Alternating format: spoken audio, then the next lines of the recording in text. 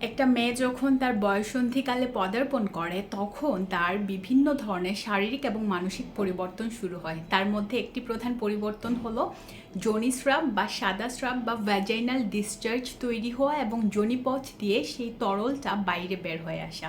আজকের ভিডিওতে আমি মা বাবাদের উদ্দেশ্যে জানাতে চাই, যখনই আপনার সন্তান বা কন্যা সন্তান বয়ঃসন্ধিকাল পদার্পণ করবে তখন তাকে এই ছোট ছোট পরিবর্তনগুলোর ব্যাপারে একটু ধারণা দিবেন। এতে করে তার বয়ঃসন্ধিকাল ভয়ের না হয়ে জয়ের হবে। আর পরিবারের সিনিয়র মেম্বার্স যারা আছেন তারাও তাদের পরিবারের ছোট সদস্য, বোন বা আশেপাশের মানুষকে এই ব্যাপারগুলো সম্পর্কে ধারণা দিতে পারেন।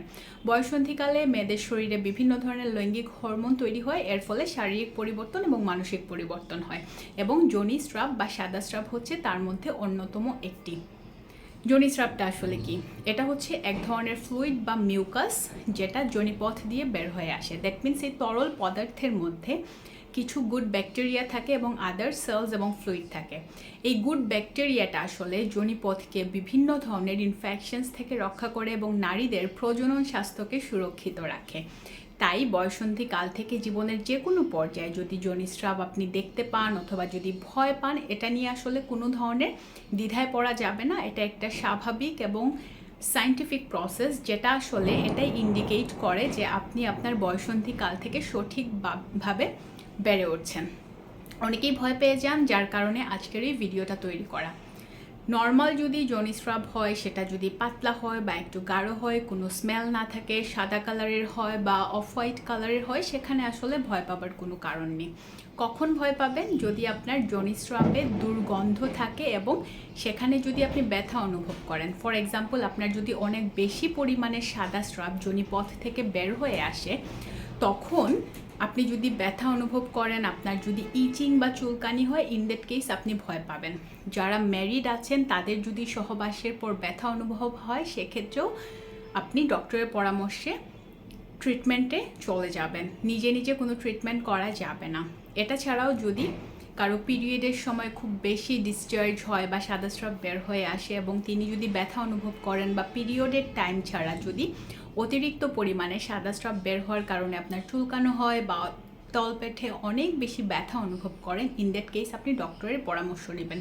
কোনো দুর্গন্ধ যদি না থাকে, কোনো প্রবলেম যদি না হয়, ইচিং যদি না থাকে, আনকমফর্টেবল ফিল করার কিছুই নেই। এবং যেহেতু যোনিস্রাবের মধ্যে একটা লিকুইড থাকে এবং ভালো ব্যাকটেরিয়া থাকে, সেটা আপনাকে ইনফেকশন থেকে রক্ষা করছে।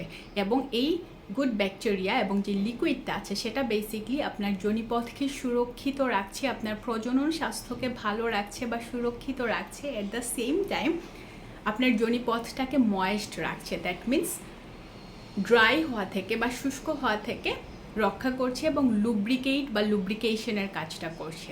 এবং যেহেতু যোনিপথে যোনিস্রাবের মধ্যে ভালো ব্যাকটেরিয়া থাকে, সেহেতু আপনাকে আসলে আলাদা করে কোনো সাবান দিয়ে যোনিপথ পরিষ্কার করতে হবে না। প্রতিদিন শাওয়ার নেওয়ার সময় নর্মাল যে পানি দিয়ে আপনি গোসল করছেন, সেটা দিয়েই আপনি আপনার যোনিপথকে পরিষ্কার করতে পারেন উইদাউট এনি ডাউচিং। অনেকে ডাউচিং করেন বা আঙ্গুল প্রবেশ করিয়ে পরিষ্কার করেন, এটা করা যাবে না। সো আবারও বলছি, যোনিপথকে কোনো ধরনের সাবান, স্মেল আছে এরকম সোপ, কোনো কিছু দিয়ে পরিষ্কার করার দরকার নেই, কারণ যোনিস্রাবের মধ্যে ভালো ব্যাকটেরিয়া থাকে এবং এটা আপনার যোনিপথকে সুরক্ষিত রাখে।